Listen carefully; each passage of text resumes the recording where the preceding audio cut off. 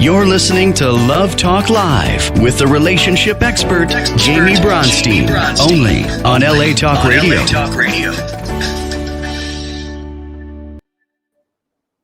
Hello and welcome to Love Talk Live. I'm your host, Jaime Bronstein, and today I have with me Mel Schwartz. Welcome.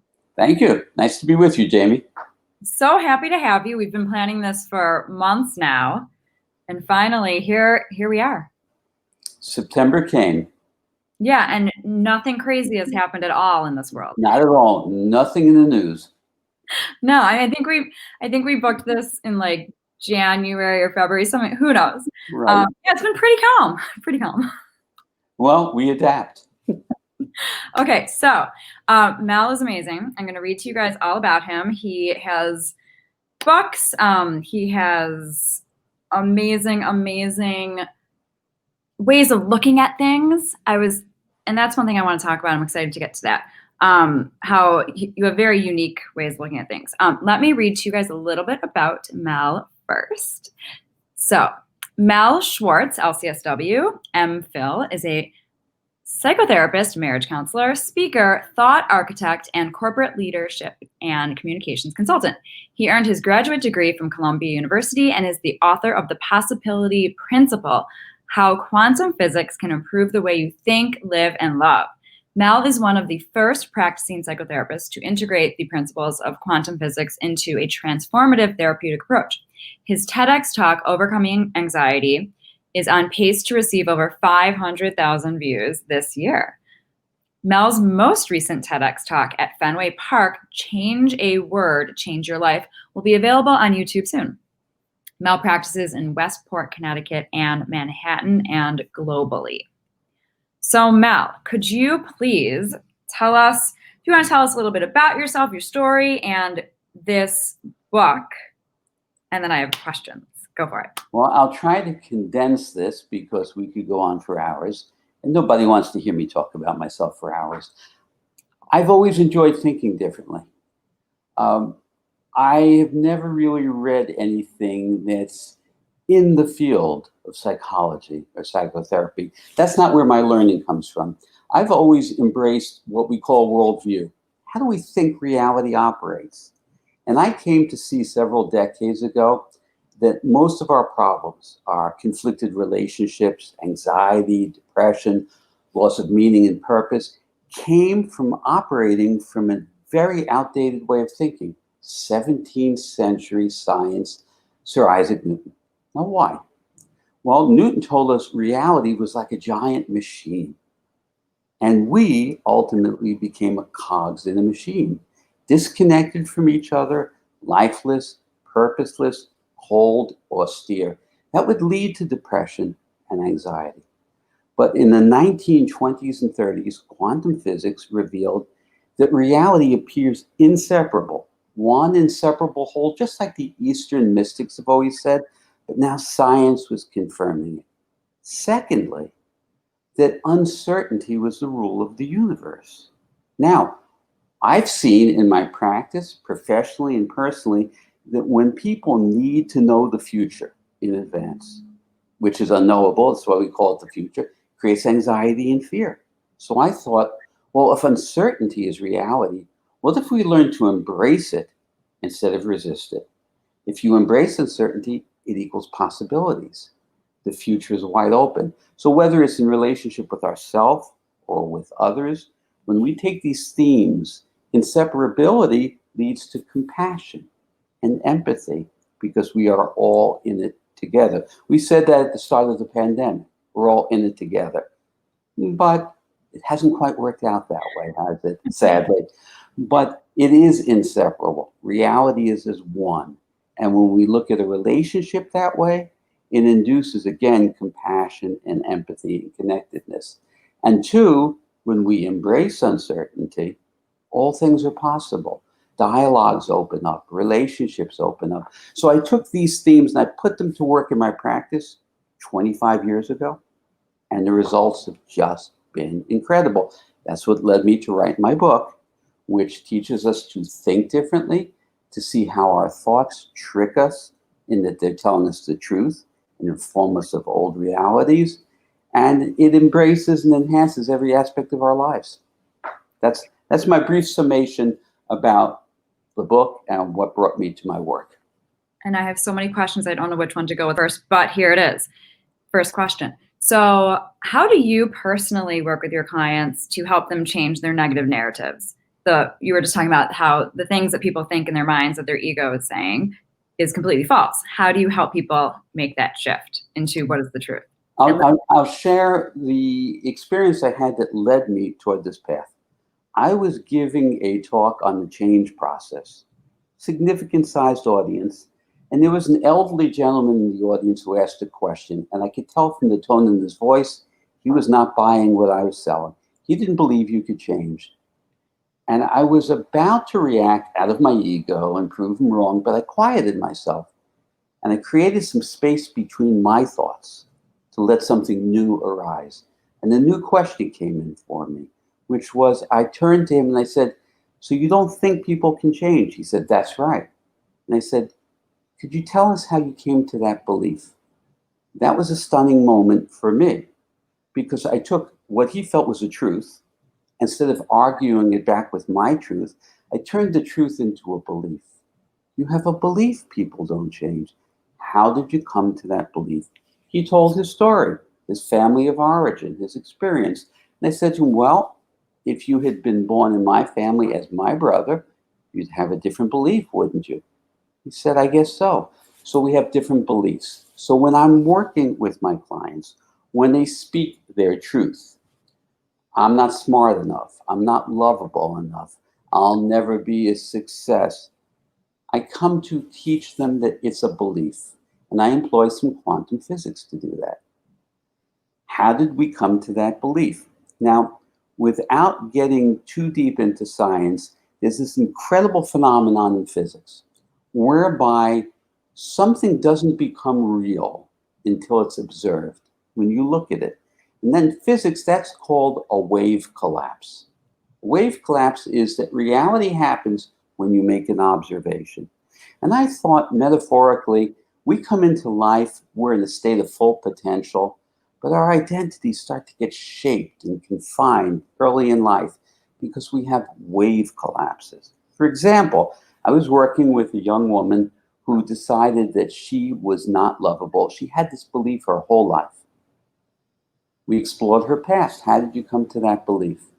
She recounts that when she was 6 or 7 years old, her mother shared with her that her pregnancy with her was a mistake. It was unintentional. It was unplanned.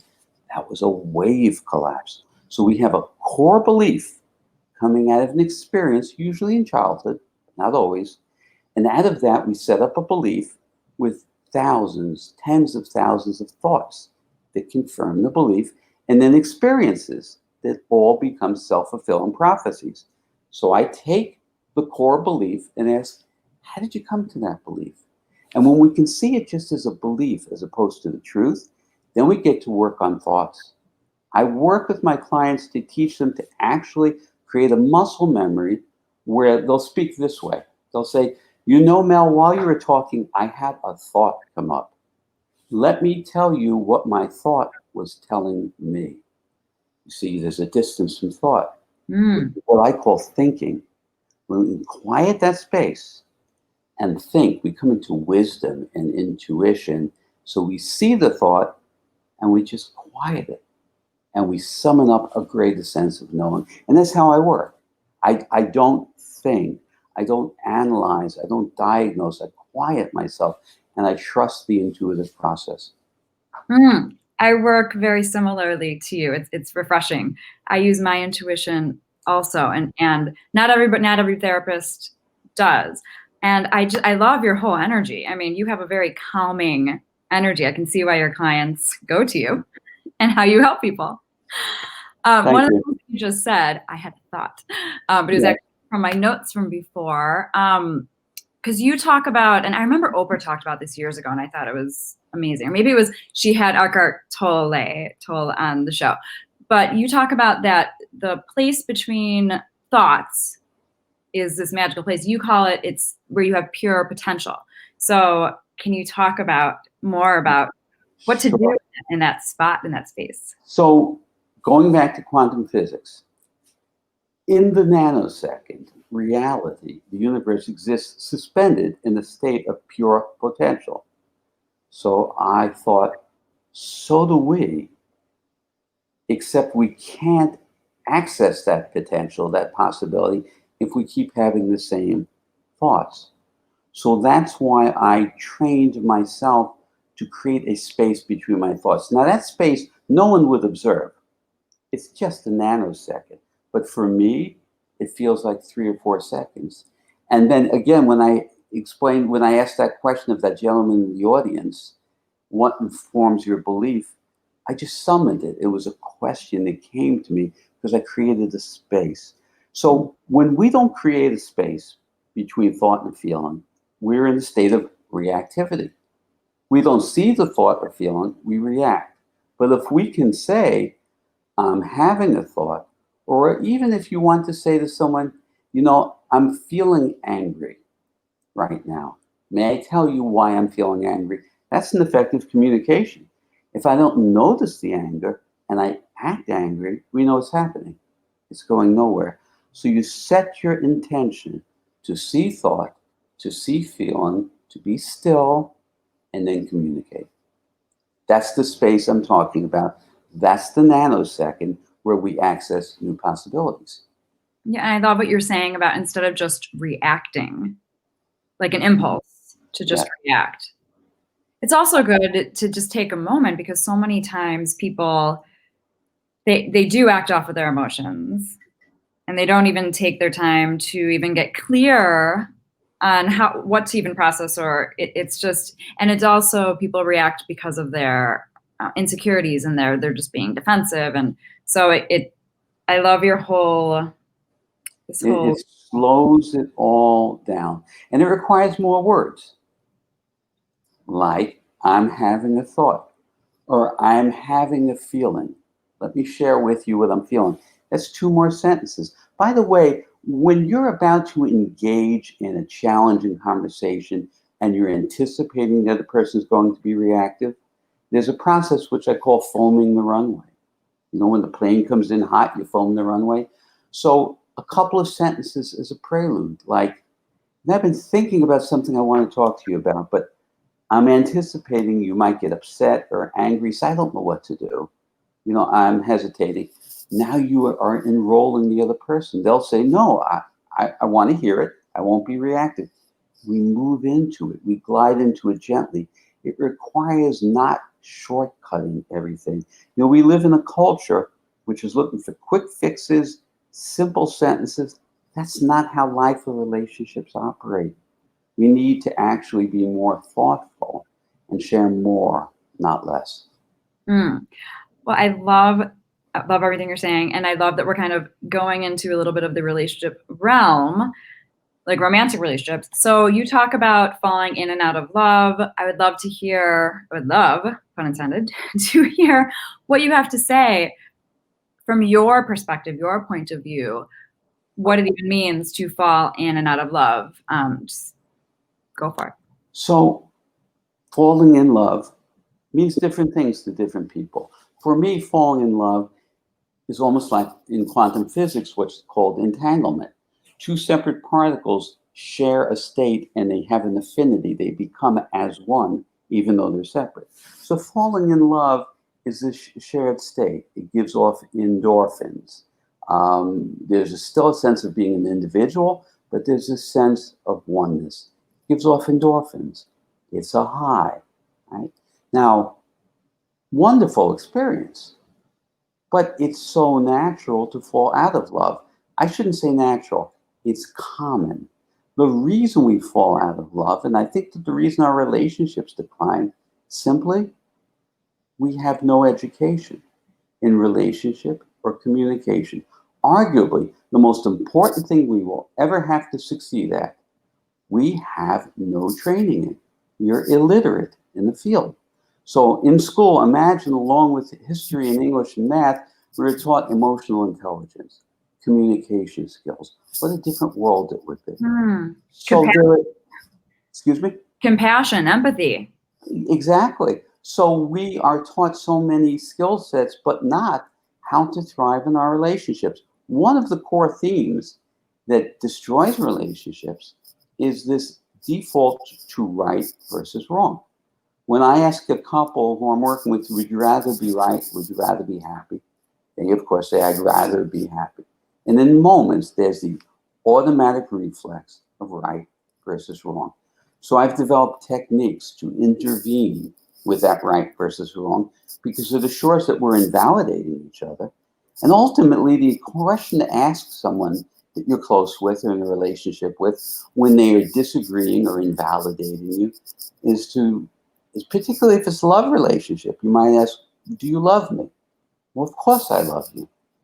Well, do you care how I feel? You see, instead of arguing facts, we need to talk about feelings. Feelings aren't right or wrong. And if we love or care about each other, even if we don't agree, we should still care how each other feels.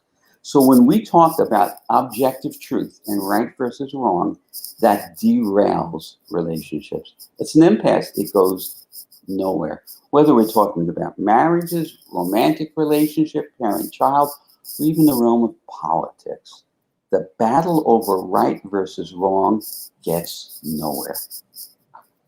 I completely agree. And I love what you're saying also just about tapping into feelings, because no one can argue with how you're feeling. I mean, people can say don't feel that way, but that's not a very successful relationship. So when you share how you're feeling with somebody, it's almost like it breaks down the walls and it makes them less defensive. And it's kind of like the cliche, like use the I statements. I'm feeling this way, not you did this. When we share our feelings, we're sharing our heart. We're sharing our authenticity. Yes, but the communication's key. So if you say, you have no respect for me, we know where that's going. Right. But if I say, I need to share with you, I don't feel valued and respected by you. Now the response might be, that's crazy, I respect you completely. Yes, but I'm trying to tell you how I feel. Do you care how I feel? And do you want to understand why I've come to feel this way? That's a deeper level communication. Yeah. So many couples and relationships are so surface. And I, just like you, try to do anything that I can to help people focus on that deeper connection if they want to. I mean, no relationship is going to be sustainable if you don't get on that deeper level. So I'd like to share with you a technique that I created or stumbled upon years ago. In the midst of working with a couple who I was being unsuccessful in stopping the right versus wrong debate, a thought occurred to me. You know, that place where you quiet your thoughts, new thinking comes in. And so I devised this technique, and I call it the 5% rule, which is this. When you're in an argument or a disagreement, the natural tendency is to everything you hear that you can repudiate and argue, you do. But there's usually a small percentage that makes sense, that you could agree with. Typically, we shove that to the side. So what I teach people to do is the opposite. Find some small percent, just arguably I called it 5%. Find some small percent you can agree with. Now, instead of turning into an argument, you actually affirm and validate some small part. Now the other person actually feels listened to, valued, and respected. You have now set them up in a position where they might be interested in what you have to say. So this technique has been very, very successful. It doesn't mean the piece you want to repudiate, that you haven't given it up or surrendered it. You temporarily put it on the shelf for the moment so we can establish a dialogue, a thoughtful communication. So it begins counterintuitively by resisting the argument and the debate and find something to affirm. That sets the stage for a meaningful discussion. That's amazing, especially because I agree with you that as humans, we just want to feel seen and heard. Yes. And not pushed aside. And so when, I love what you're saying, is there just anything in there? Just a little window, just a little nugget, anything in there that you can validate, that you can just say, you know what, I value what you're saying and I hear what you're saying. I get it. Even just a little thing that's so beautiful, because then it opens up this window and it breaks down the walls. And to further that, in my work, I've come to see that two people, they can be married for 25, 30 years. They'll use a word or a term, assuming it means the same thing to both of them, and it doesn't. So, for example, I'm working with a couple, and she says to her husband, "You have no idea of how to be intimate." "I have no idea. Are you kidding? I'm the intimate one," he responds. I said, "Time out, guys. I have a hunch you may be talking about two different things. Can you each share what you mean by the word intimate?" Not to my surprise, she's talking about emotional intimacy. He's talking about physical and sexual intimacy. Shared meaning is this. When the other person is talking, you pause, you slow things down, and you respectfully say, "Tell me what that word means to you. I want to make sure we're on the same page." I can't tell you how prevalent miscommunication is, because the word has different meanings. So when we slow down and simply ask you, what does it mean? Not like you're a prosecutor, but Right. out of a curiosity that it's a genuine question, it slows everything down, and at least we know we're talking about the same thing, because very often we're not. I'm imagining this couple that's just really heated, and then the person's just like, "Wait, what?" It's a nice like break in heat. Well, again, we need to slow it all down, right? And then, but somebody might be like, "What do you mean you don't know what I mean? What do you like?" And then it might trigger them a little bit, but then if one person can be calm, then they could probably bring the other person down also. Well, tone, body language, facial expression matters. So it's not, Yes. what does that mean to you? Right. It's, I want to make sure I'm really following you. I can tell you what that word means to me. It doesn't mean the same thing to you. In other words, there has to be an honest spirit in there. There has to be an integrity, because if we say we care about each other, let alone love each other, then we need to act that way and communicate that way. So that's why we fall out of love, because, just like you have to pass a driver's test to get a driver's license, we should need to do some of this before a marriage license. When I am at a wedding and I watch a young, beautiful couple explain their vows to each other, they'll love each other forever. And I think, probably not. And that's sad, because if they did premarital counseling simply to learn communication, they stand a much greater chance. And I have had couples come to me and say, "We're in love, everything's great, we want to keep it that way. Teach us what we need to know." It's a wellness approach. Yeah, and it's just being proactive, and it's being invested in your relationship. Absolutely. Oh, so beautiful. We could talk about that forever. Okay. A few more things before we wrap up. Mhm. So segueing to just being in general stuff, can you talk about how to detoxify your mind, although we kind of did already talk about that? That's about seeing the thought and not becoming the thought. Drug-free solution to anxiety and depression, change the way we think. We pretty much covered that. Right? So again, to overcome anxiety, realize anxiety is about our thoughts' relationship with fear. Very often in my TEDx talk is about, that's my thought having to know the future, or my thought analyzing and measuring and judging myself. Anxiety is fear, and it's induced by thought. See the thought, learn to release it. And depression, you're living in the past.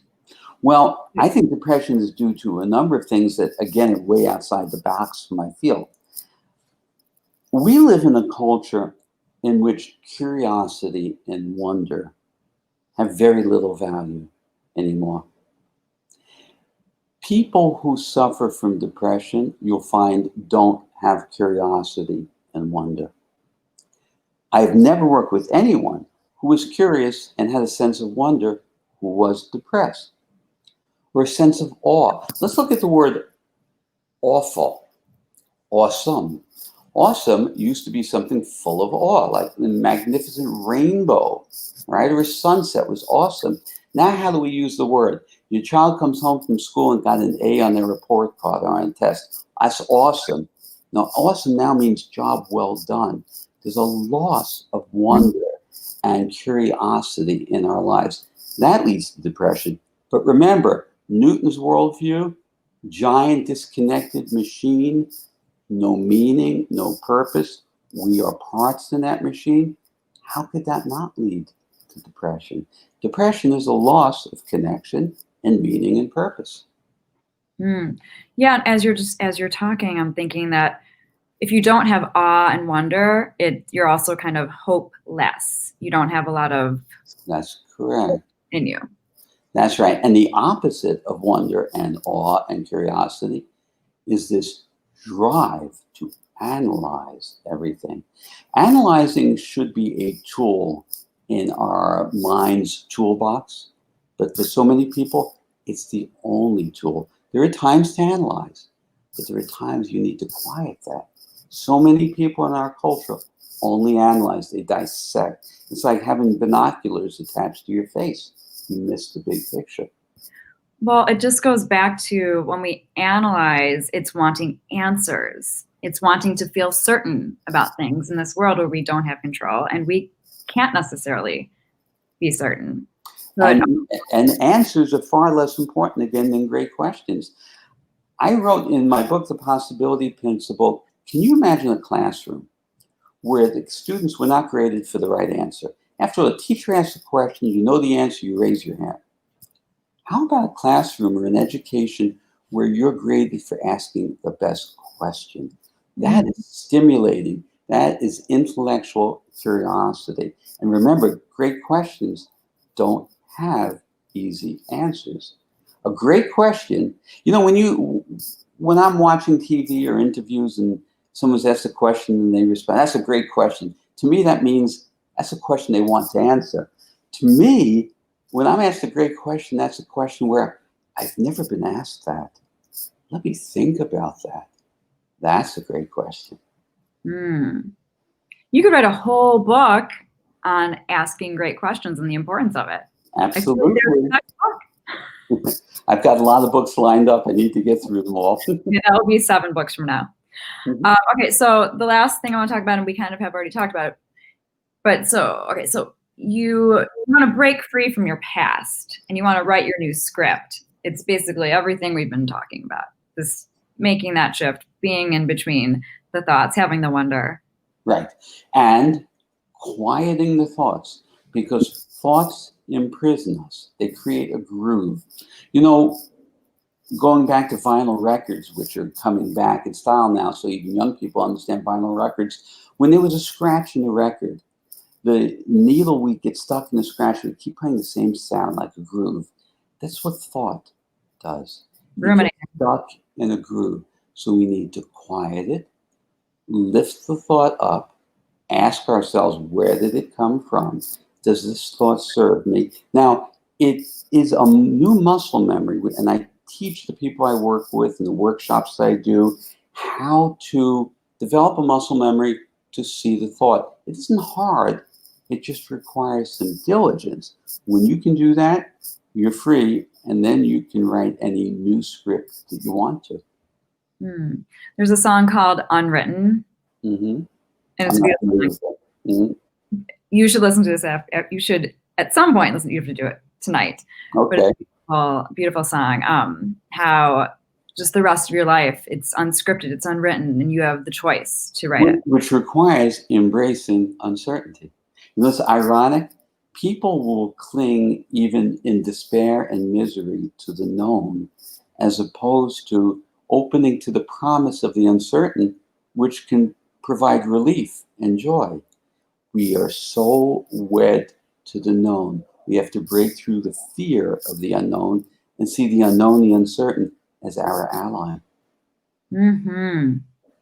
Well, you have so much wisdom and experience and knowledge to share. And it's all, but the best part about you is that it comes from your heart also.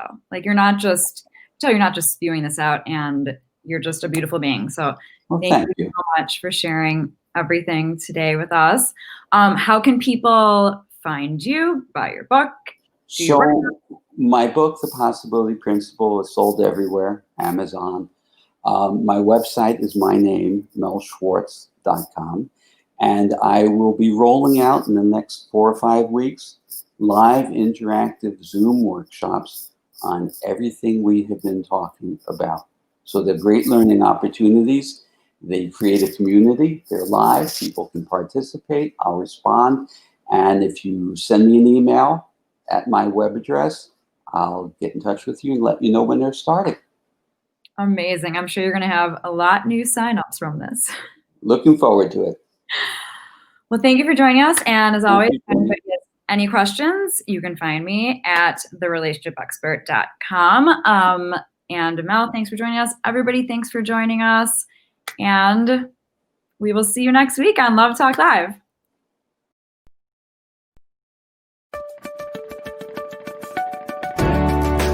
You're listening to Love Talk Live with the relationship expert, Jaime Bronstein, only on LA Talk Radio.